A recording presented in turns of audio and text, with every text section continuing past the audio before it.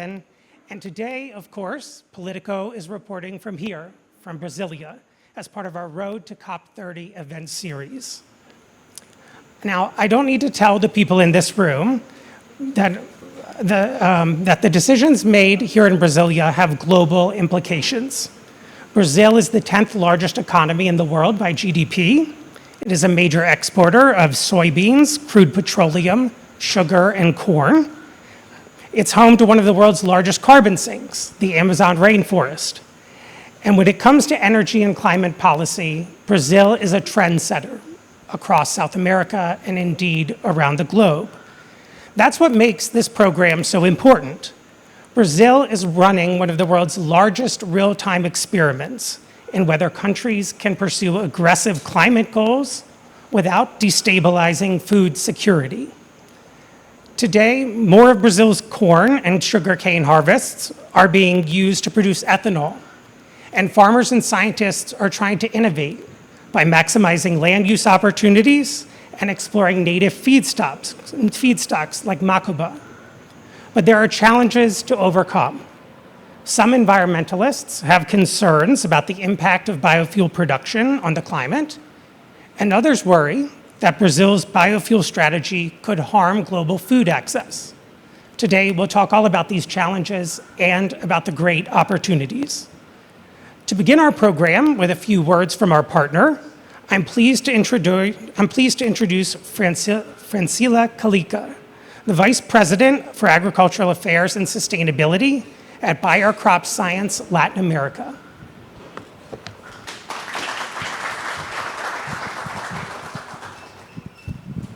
Thank you, Steve. Boa noite. É um grande prazer estar aqui com todos vocês. Muito obrigada por terem aceito o nosso convite nessa noite fresca do verão.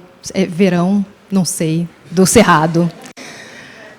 Já é primavera, já é primavera. Melhor época do ano, né, gente? Falta um pouquinho de chuva, mas é uma época linda. Muito obrigada pela presença de todos. É uma satisfação estar aqui falando nessa reta final de COP30. Estava conversando com colegas aqui na entrada. Está todo mundo respirando COP30, todo mundo sonhando para chegar Natal, mas alegre de que COP30 está bem ali, todo mundo bastante atarefado. COP30 volta para o Brasil, um lugar onde a gente começou toda essa discussão sobre mudanças climáticas, desde a Eco 92. De lá para cá, o Brasil ele se tornou uma potência agrícola, um dos maiores exportadores de alimentos do mundo, um dos maiores exportadores e produtores de commodities do mundo, e também se tornou uma referência em agricultura sustentável. Essa jornada que o Brasil cumpriu desde 92, desde a Eco 92, também serve de exemplo para boa parte do mundo. Uma pesquisa que a Bayer conduziu em parceria com um instituto chamado Kainetec nos mostrou que o agricultor brasileiro, os agricultores brasileiros são super abertos às práticas sustentáveis, às práticas de agricultura regenerativa.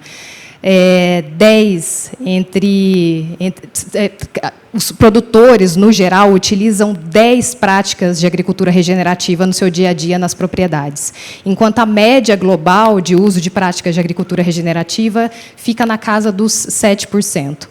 Esses produtores também que foram escutados, e foi uma pesquisa que foi rodada em 8 países do mundo, eles também mostram que se preocupam muito com o que está acontecendo em relação a mudanças climáticas. Boa parte desses agricultores, 75% deles, nessa pesquisa, relataram que já foram impactados nos últimos 3 anos por eventos climáticos extremos. Lembrando que esses agricultores são extremamente experimentados, têm bastante tempo de prática agrícola, e eles têm visto e têm sido impactados por mudanças climáticas cada vez mais complexas e por eventos extremos cada vez mais complexos nos tempos recentes. Mas, ao mesmo tempo que esse agricultor também vê que essa mudança climática tem impactado sua rentabilidade, ele também corre à frente do tempo para adotar práticas sustentáveis e de agricultura regenerativa que trazem mais segurança para que ele possa conseguir e para que ele possa continuar produzindo alimentos de uma forma mais segura. É o que a gente tem visto. E entre esses 8 países onde essa pesquisa rodou, o Brasil, os agricultores brasileiros saem na frente com essa preocupação com as mudanças climáticas, mas também com essa preocupação de adoção de práticas sustentáveis e de agricultura regenerativa. Esse é um dos exemplos e dos aprendizados que o Brasil pode mostrar nessa COP30 para o mundo. A gente também aqui tem, no Brasil, a grande discussão sobre quem vai, no mundo, ter condições de oferecer alimento na medida que se precisa, para a quantidade de população que a gente vai ter no mundo, mas também vai oferecer uma transição energética sustentável. E se tem um país que está habilitado e é front-runner nessa história toda de transição energética e produção de alimentos, é o Brasil. A gente consegue produzir alimento com sustentabilidade, na quantidade com que se demanda, mas a gente também consegue promover uma transição energética sustentável. Lembrando que a nossa base da transição energética ela vem da agricultura. Podemos falar do etanol de cana-de-açúcar, que já está aí, dos programas super bem estabelecidos em relação à transição energética desde a época do pró-álcool, e os avanços dessa discussão sobre transição energética que vai passar obrigatoriamente pelo etanol de milho. Daniel da Abramilho está aqui, conhece muito bem essa história. Mais uma vez, a agricultura brasileira dando lição ao mundo de como produzir alimentos e fazer transição energética sustentável. As oportunidades são inúmeras nessa discussão da transição energética. As bases já estão colocadas. O Brasil está ali na melhor posição do mundo para que a gente rode isso. Basta a gente, como setor, se organizar, se unir, tratar dos temas que ainda são necessários, temas infraestruturais, para que o país tenha condição de seguir, para que a gente possa aproveitar todas as oportunidades dessa discussão. Para quem estará na COP30 aqui daqui a algumas semanas, a Bayer tem, há um bom tempo, tratado muito dessa discussão de descarbonização das cadeias. A gente tem, dentro da companhia, um programa muito bem estruturado, de quase 5 anos, para descarbonizar a agricultura brasileira, as principais cadeias, soja, milho e algodão, um programa chamado Procarbono, e é uma das iniciativas que a gente vai apresentar na COP30. Quem estiver por lá, a gente gostaria de fazer um grande convite. Nós temos uma Casa Bayer, que é uma parceria com uma entidade de terceiro setor local de Belém, em que a gente restaurou um casarão histórico no centro de Belém e está apoiando todo um projeto social de formação de jovens estudantes e jovens profissionais. E a gente vai ter uma série de eventos na Casa Bayer, e seria um grande prazer contar com a presença de vocês. Se estiverem por lá e puderem, óbvio, se as agendas permitirem. É um grande prazer a gente fazer esse evento aqui, em parceria com o POLITICO, mas também em parceria com o ICA, que é um parceiro histórico em várias frentes de ação. E espero que vocês gostem da discussão que a gente vai fazer aqui e aproveitem esse evento, que é mais um evento da jornada COP. Muito obrigada.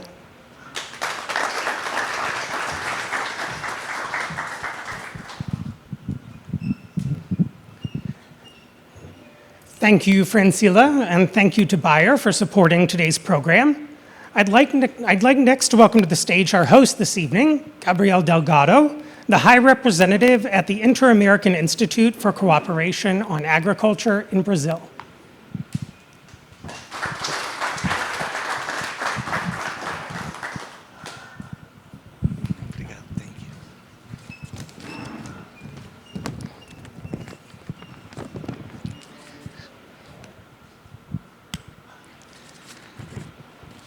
Obrigado, Steve. Obrigado, Francila. Eu vou falar em portunhol, que é minha língua universal. Quando falo espanhol, às vezes eu falo também algumas palavras em português agora. Bem-vindos, bem-vindas à Casa da Agricultura das Américas. É um prazer para nós, a escolha de Bayer, de fazer este evento aqui, na Casa da Agricultura das Américas. Nós temos um compromisso muito forte com os sistemas alimentares de nosso continente. Temos certeza de que nossos sistemas alimentares têm muita coisa por melhorar, mas temos certeza também que eles são muito eficientes e são parte da solução dos problemas climáticos. Acho que às vezes, eu sou produtor rural na Argentina, né? E às vezes a gente fala muito das coisas que nós temos que melhorar, que é verdade, né? Temos muito por fazer, mas temos muito caminho feito também, né? E essa COP aqui no Brasil é uma mostra muito importante de um logro, acho um objetivo muito importante que cumpriu o agro de nosso continente, na cabeça de Brasil. Mas é a primeira COP, pois as últimas 3 que vamos fazer uma COP em um país que não é petroleiro, né? 70% das emissões são do petróleo.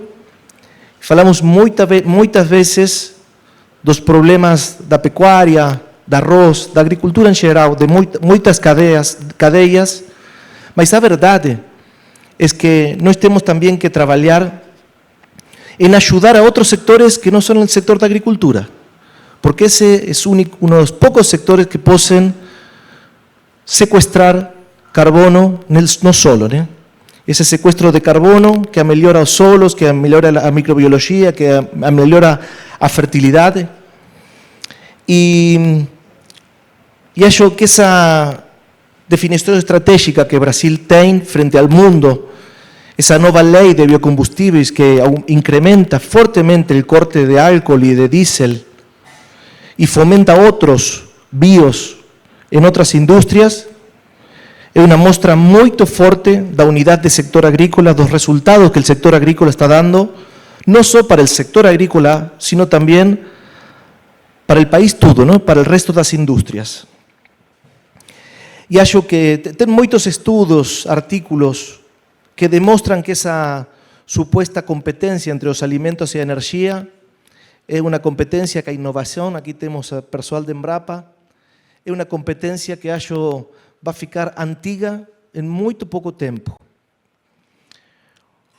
Acho que a inovação e a recuperação e o crescimento das áreas vão dar uma resposta muito forte para o mundo todo.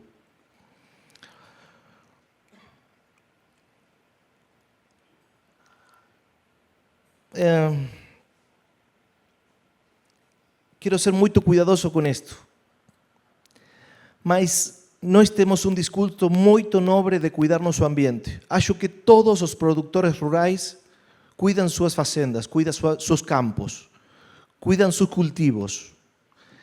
Isso é uma coisa que nós temos que defender muito fortemente, porque às vezes a nobre questão ambiental e alguns discursos podem se transformar em barreiras que não necessariamente têm que ver com o ambiental, sino que têm que ver com o comercial. E nossa região está sofrendo crescentemente desses problemas. Eu sou diretor regional do ICA e estou o tempo todo viajando por Chile, por Argentina, por Paraguai, por Uruguai. E acho que temos que estar muito mais perto dos países para ter maiores definições, para estar mais perto, para poder ter uma opinião comum frente a alguns embates de outros blocos que, sem informação basada em ciência, geram problemas comerciais quando a questão ambiental é uma coisa muito séria, como falou Franchila, todos os produtores rurais estamos sofrendo cada vez mais as consequências das mudanças do clima. Acho que desenvolvimento, segurança alimentar, sequestro de carbono, são todas coisas que a agricultura hoje está dando ao mundo. Vamos a ter, está acabando a COP30, né? Porque todo este ano falamos o tempo todo da COP. Belém vai ser só o final.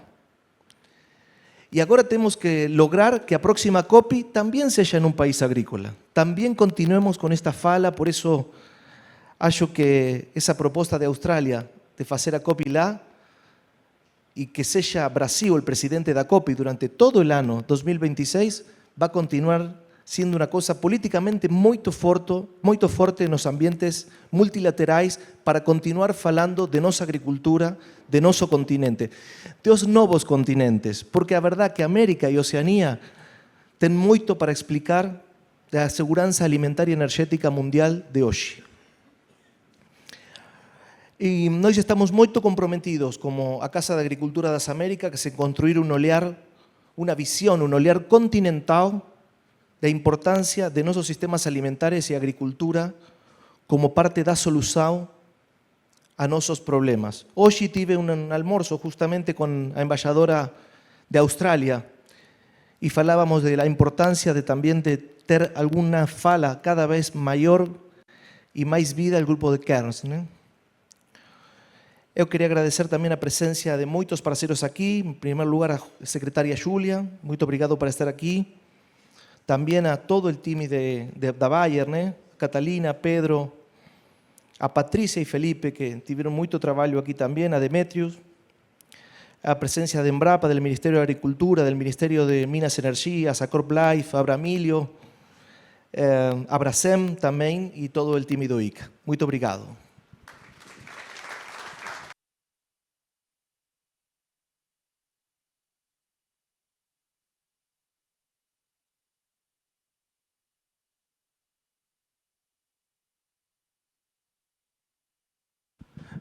Okay, thank you very much, Gabrielle, for hosting us today. For the interview portion of tonight's program, I'm delighted to welcome to the stage two representatives from Brazil's Ministry of Development, Industry, Trade, and Services.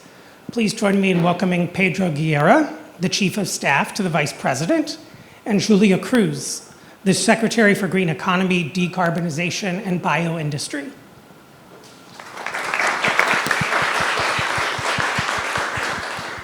We will also be taking questions from the audience at the end of tonight's program, so please use the posted QR codes and share your questions for our speakers.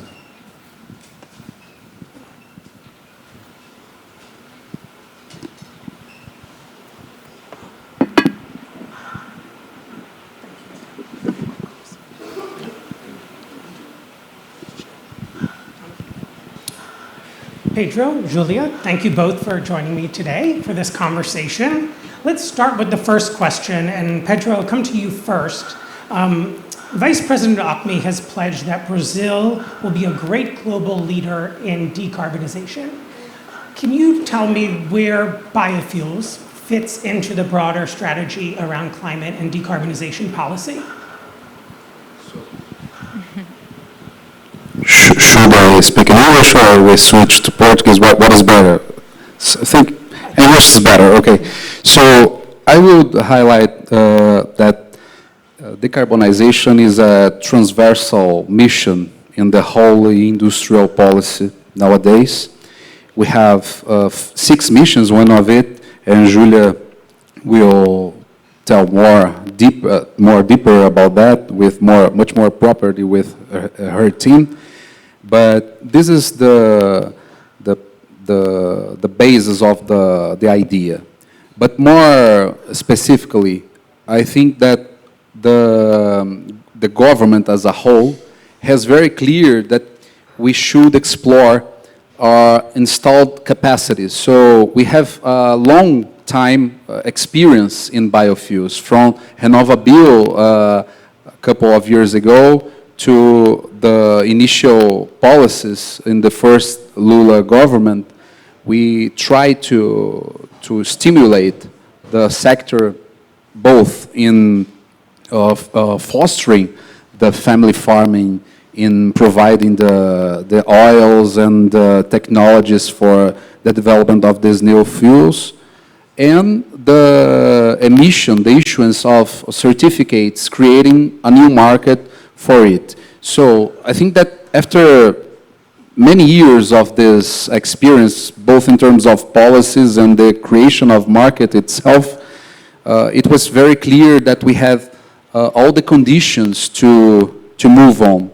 So the first measure basically was to approve a bill, the Future of Fuels Law, that was passed last year, and create a predictability for the entrepreneurs in terms of percentage of addition of fuels in their vehicles. So this was key for the development of the sector, not only in the biodiesel industry, but also in the ethanol sector as well. And we are trying to move on in this direction. So with one single policy, after years of experience, I think that we realized that our bet in the biofuels is key, both for taking profit of our installed capacities, taking profit of our natural advantages, benefiting the local communities, and creating an innovation environment that could benefit the economy as a whole, either for domestic consumption or even to export. So I think that it was not something that we set up of the sudden. It was a long-term learning, but it is very consistent, and it's proven to be very efficient for reducing our carbon emissions. And Julia, I want to talk more about where Brazil has been when it comes to biofuels, particularly Renova Bio, which you mentioned was implemented about 8 years ago now. What evidence have we seen that it is working, that it is delivering sort of the innovation around biofuel production that was promised? Thank you very much, Stephen. First, let me also thank our host, Gabriel, for having us here for this very important conversation. And I think it's important also for perhaps the international audience to take a step back and remind the audience that's here in Brazil, but also our international viewers, that Brazil has a very long tradition in biofuels.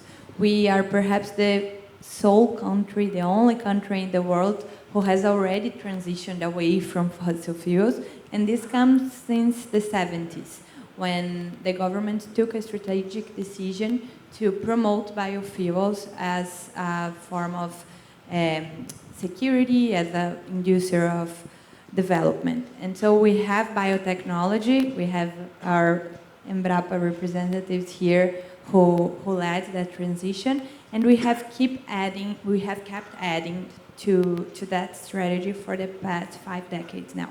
So Renova Bio is another stepping stone, let's say, in a long tradition. But how can we move forward? Like Pedro said before me, Renova Bio is an innovation in the sense that it brings market-based characteristics to the biofuel marketplace, and it enables companies to trade credits for sustainable biofuel production. I think we can move forward in this policy because although it works greatly for big producers, we can still take further steps to make it work also for medium and small producers and producers. And that's very important because biofuel, in addition to all the decarbonization advantages that it presents, so let me just add that it's very hard to decarbonize without biofuels because about a quarter, I use my cheat sheet, about a quarter of global energy-related greenhouse gas emissions come from the transport sector, and biofuels emit 90% less than fossil fuels. So if we're talking about a quarter of global emissions and a technology that can reduce that by 90%, we cannot pass upon this solution. We cannot pass upon this opportunity. So biofuels are essential for decarbonizing. But biofuels are also important to Brazil and to the world because it can help reducing regional inequalities and reducing inequalities in terms of the size of the producers. Why? Because when you're talking fossil fuel production, you are talking about big refineries. And when you're talking biofuels, you can have a small agro-producer that has on his or her farm a small refinery. We have technologies that can put a refinery at the size of a truck. And they can use the part of their production that's not ready to go to market because it's, I don't know, scraps or things that are not useful, and use that to produce biofuel. That means that you can have development all over Brazil, all over the world, and also for small producers. So I think that Renova Bio can take further steps to reach that kind of public. a public that it's not perhaps as easily adaptable to complex market strategies, but that could be integrated and therefore benefit both the climate and the regional equality within Brazil and also outside. I'm interested then, and I'll come to you first here, Pedro, to get to that future that Julie is describing. What investment is needed? Because if you do have sort of decentralized production, it would seem to me investments in the future in biofuels may look different from what we've seen in the past. Well, I think that there is no single answer for it, but it's a good bet believing in biofuels, especially in a country like Brazil.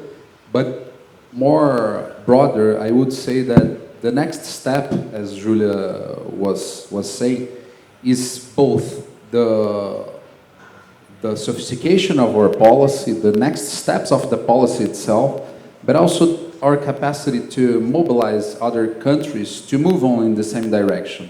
So, in the last years, we witnessed some faith in the idea that electrical vehicles will be the winners of this technological run, let's put it this way. But there is no single answer again. We have different technological routes combined, taking profit of different realities. So for Brazil, for instance, is much more intelligent, and we have an expression for it, from cradle to grave. The emission is much lower if you use a vehicle based on biofuels. So this is the first point. So you have a good environment, you have the proper consumption, you have the preference of the consumers very adherent to this technology. Another point, you have the whole institutional, the whole ecosystem of financing in Brazil engaged with this agenda. So you have National Development Bank, you have regional development banks, you have Banco do Brasil, you have many official institutions devoted in lending money for this sort of project. You have another partners, and I would quote the US is the most obvious in this agenda, very engaged as well, especially for sustainable aviation fuel, but also initially in other routes. So you have the enthusiasm of the private sector on the one hand, you have the institutionality on the other hand, and you have the consumer very familiarized with the technology itself. So the predictability, the rentability, the efficiency of the model works, it proved work. You know, I want to dig into Brazil's ambitions on biofuels a bit more, because when you look at the targets that have been set in President Lula's Future of Fuel law, they're very bold, right? Especially compared to other countries. I mean, to talk about some of the numbers, by 2030, increase the ethanol blending to about 35%, biodiesel looking at 20%. Julia, what gives you confidence that those goals can be achieved, particularly without compromising or disrupting food markets? Because we are already doing it. We are very far in the implementation of that strategy, and Brazil has a lot of land availability. I think it's, again, important to remind the international audience that Brazil is not only a country of continental dimensions, but also we have about 28 million hectares, if that's the right word in English, of degraded land. What that means is that there is territory in the size of the United Kingdom that's just from land that's not being used because it has been degraded and that could become productive again. And that's not just a hypothesis. The Finance Ministry conducted an auction, a public auction to help investors invest on the recuperation of those lands. And we have mobilized 30 billion reais, which would be $5 billion by today's exchange rate, more or less, just to invest in the recuperation of that land. So I'm very comfortable in saying that it's possible to produce biofuels in Brazil without compromising one single meter of forest or one single meter of food production, because we can do it. We have land and we have the technical capabilities of doing so. In addition to that, we have technology being developed right now. So you cited Macaúba, that's a great technological route. That's, for those who don't know, Macaúba is a plant that is used in SAF production, also sustainable aviation fuel, and that has been proven to be very efficient. And we also have other developments. So it's not biofuel, but I can't resist to talk about this because it's very cool. In the Amazon, there is a center for biotechnology that's under our ministry, and they are developing a technology that's based on a plant that's kind of like a pineapple, but it produces fiber, plant-based fiber. And this fiber can be used to produce fabric, but also like bioplastics.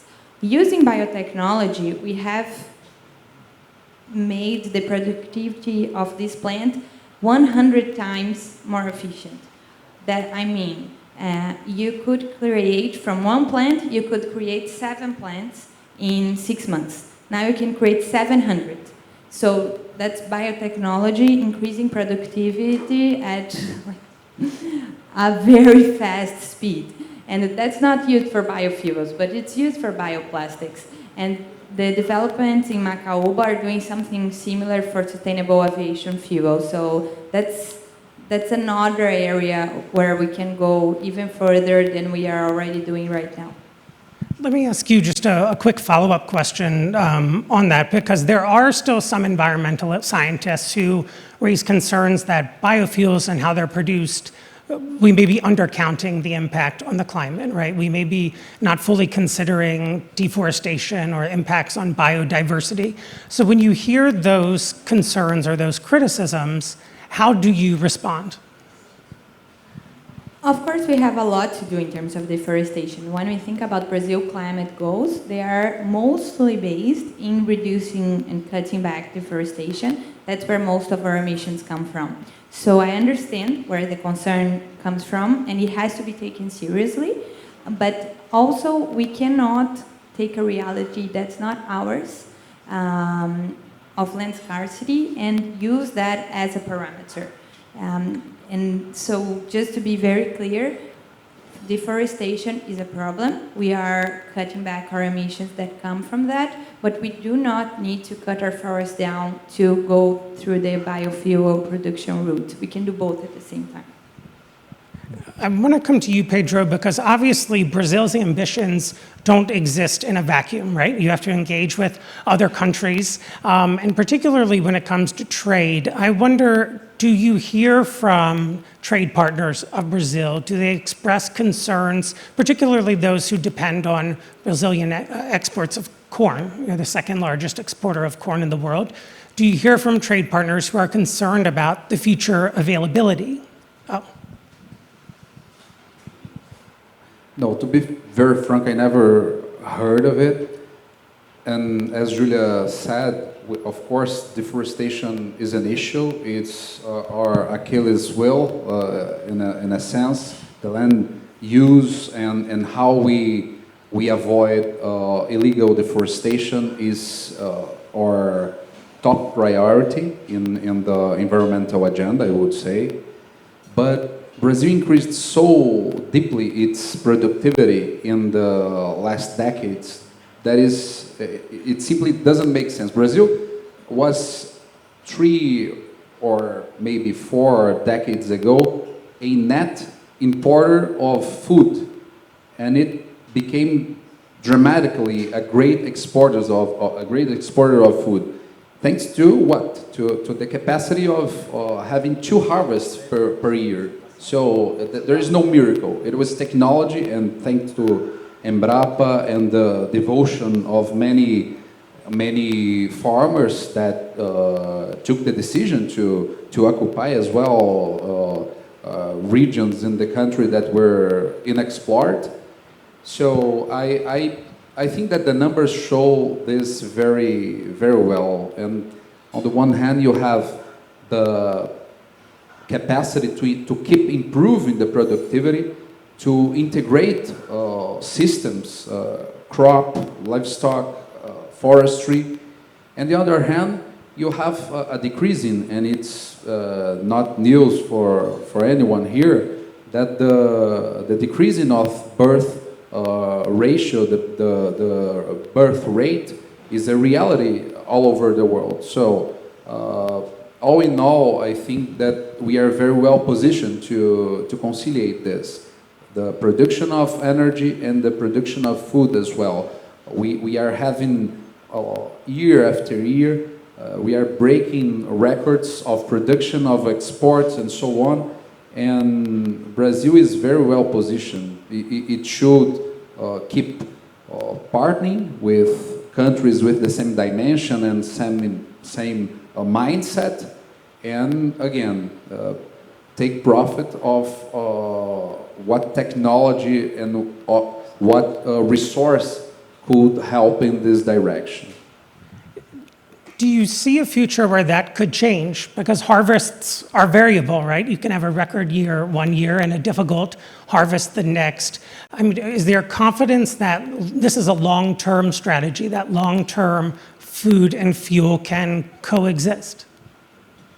I believe when you take into account countries like India, that has a family farm based production, or Indonesia and countries from the Southeast Asia, the horizon ahead is gigantic. You know, the capacity to improve productivity of these areas is gigantic. The same goes for Africa.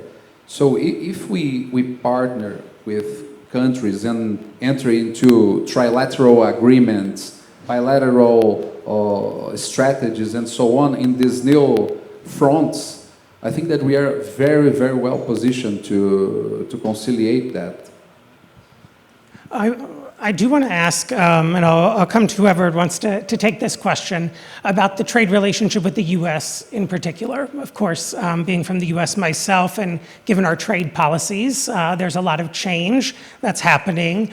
You know, Brazil and the U.S. are the world's 2 largest biofuel producers. Both are part of the Global Alliance for Biofuels. But there are trade tensions here, right? Including right now an investigation into whether Brazil is unfairly treating U.S. ethanol producers, for instance.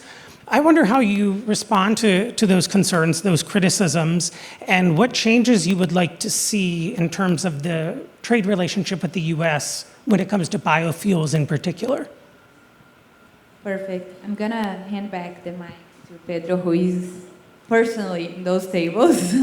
But I just want to make a small point before that, because it's very important, as the US is sort of retreating from a leadership position in the climate space, to understand that the relative importance of Brazil increases.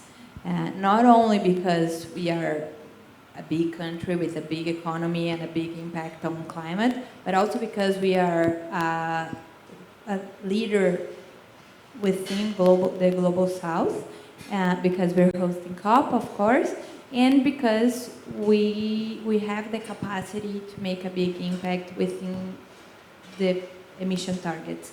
So our relative importance in the table increases, and we take that role very seriously. We are very cognizant of the responsibility that this entails. But with the US-Brazil trade relationship, Pedro can talk more properly. No, very, very quickly. I would say that, well, there are 2 ways to look to this doubts ahead. The first one is what I call the zoom in. When you look to the zoo wind. Of course, there are tensions. You have producers in the Northeast that are very concerned with the impact for sugar, especially for sugar. They have a historical quota in the US market. Brazil export tons of sugar for the US since the 60s. And at the same time, you have a highly productive area in the center of the country, in the south, and so on. And this is where the agribusiness now is consolidated. But you can also do the zoom out movement. And for me, this is much more optimistic. And I really like seeing the opportunities from this point of view, which is basically the following. You should enter into a partnership with a country like the US, thinking both economically, socially, environmentally. We have great producers, we have that are very vocal from a political perspective in the two countries. Moreover, you have similar technologies. Of course, the US explores much more corn production, and Brazil is much more focused on sugarcane, although we are moving very quickly to corn and more recently to wheat as well. But we can partner. I strongly believe that we can partner, and more than this, we could create a global market for these new technologies. And in an institutional aspect, I think that the creation of proper agents that was announced still in the Biden administration is very interesting. A place that you could share information, a place that you can coordinate positions, and a place that you can negotiate rules and patterns for the countries to produce, to finance, to create a more friendly environment for these technological routes. So, answer directly the question, yes, we have in the short-term perspective a challenge ahead. We are negotiating, we are trying to find areas of cooperation, but at the same time, this is a fantastic opportunity for us to find areas that we're not traditionally used or mobilized in our historical partnerships. Is part of your biofuel strategy energy independence? You know, I believe I read the Vice President make comments about not wanting to or potentially avoiding importing diesel, as much diesel from the US, for instance, if you have more biofuel sources. Is that one of the objectives of Brazil's policy? I don't know what Julia thinks, but I like very much what a very smart guy and very an expert of the theme wrote the other day, Daniel Yergin, in the Foreign Affairs. He was saying that more than energy transition, we are witnessing an energy addition. So I strongly believe that it's true what he told, in the sense that, well, you have a variety, you have a menu of technological routes, and the world is a complex place. You need to learn to navigate these different scenarios where you have wars in Europe and the Middle East, you have inflationary pressures domestically, you have installed capacities, you have these emerging technologies. So how to conciliate all of this? It would be fantastic to move in a single line and not having to adapt. But the international reality is much more complex. So I agree. I think that what the Vice President says is, well, it's good for the country, reducing its external dependence on some issue. And the same goes for fertilizers that Bayer is engaged in.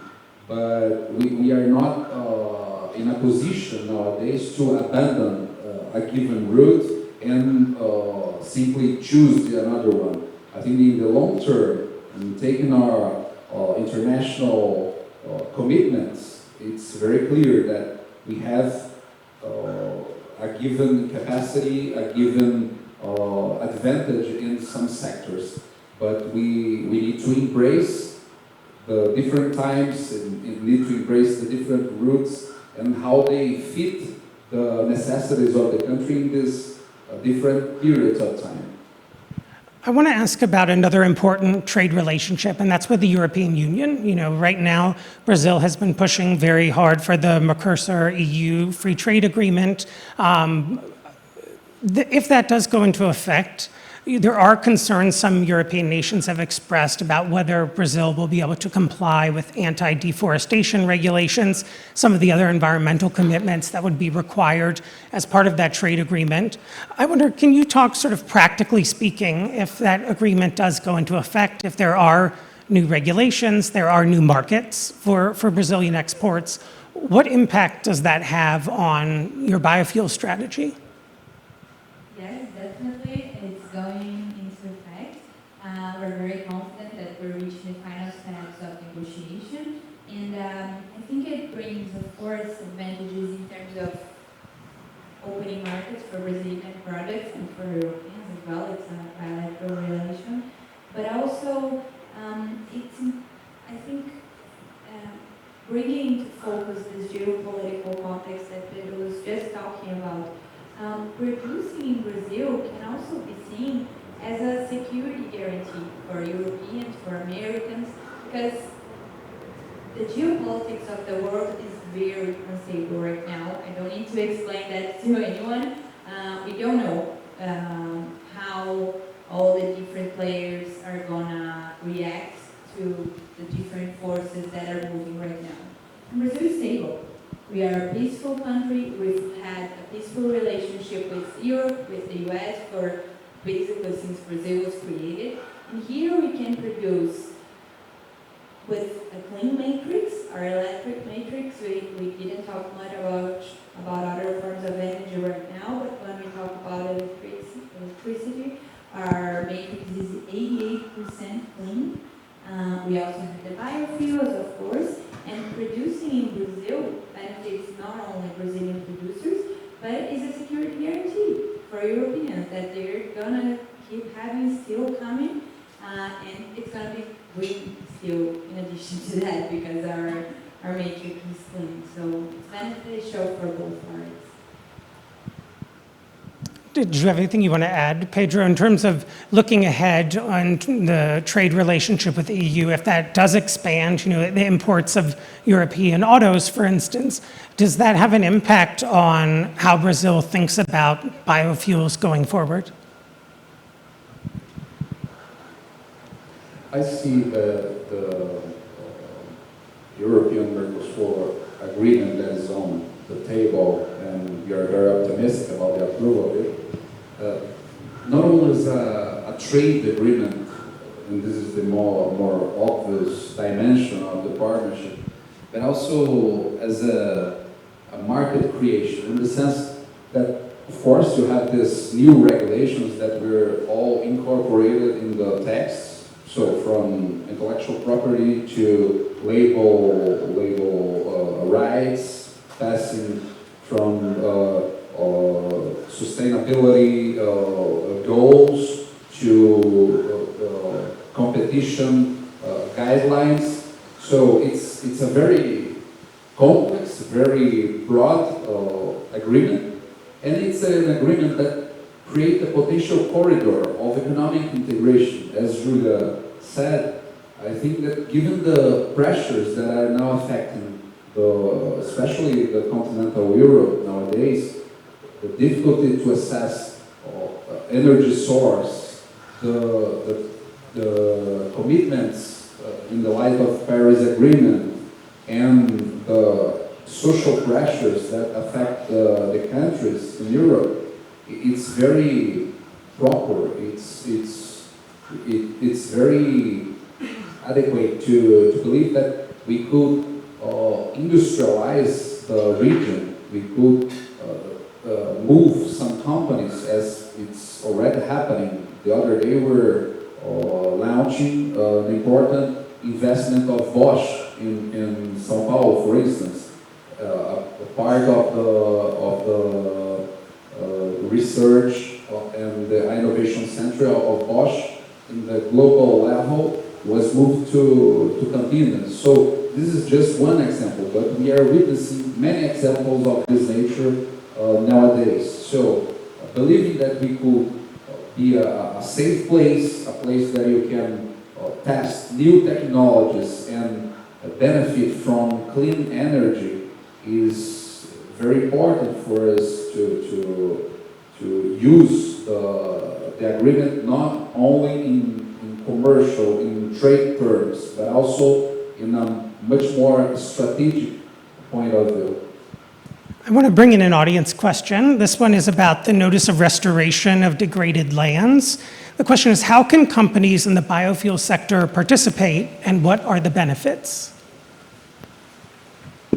So, as I mentioned, we just had an auction by our finance ministry to bring in financing, both national and international blended, for those that are interested in investing in that space. But there's also space for direct investment by companies if they want to produce using that strategy, but also if they want to offset their emissions.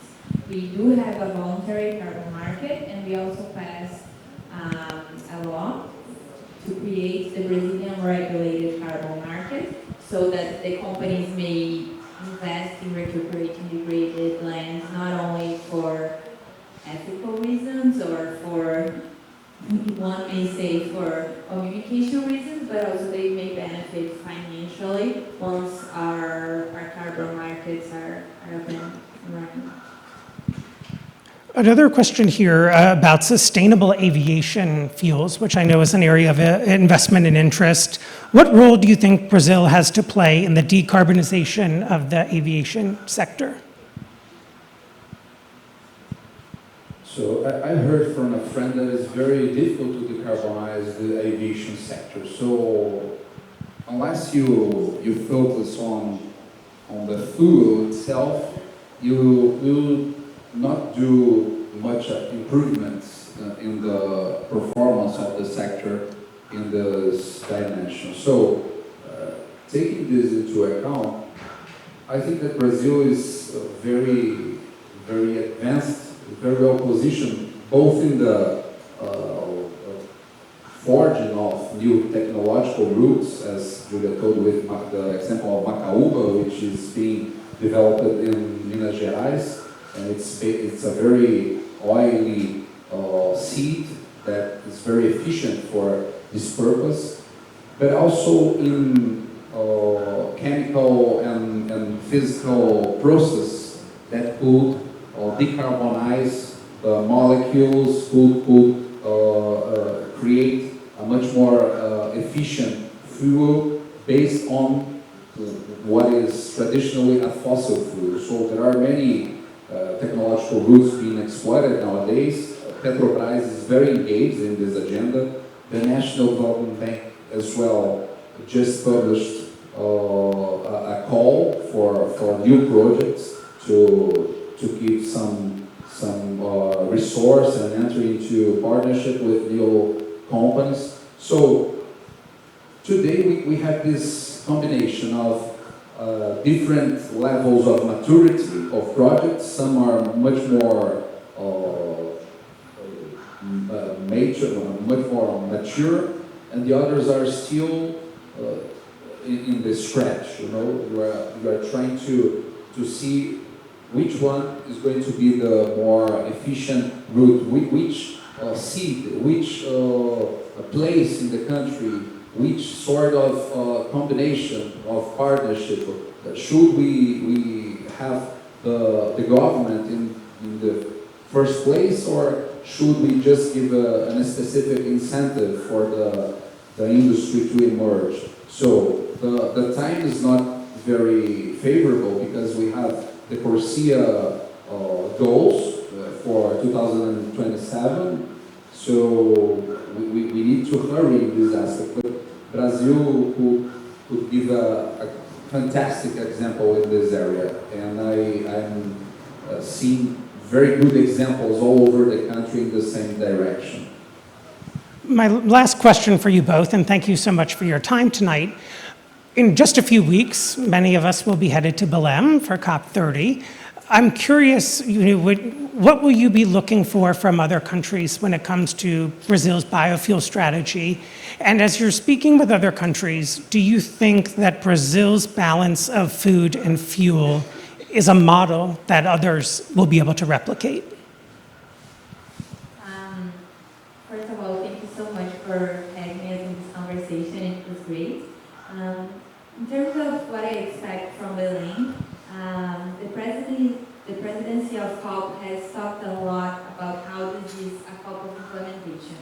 How we want not only all countries, but also all companies, all NGOs, all social movements, all people that are going there to have an implementation mindset.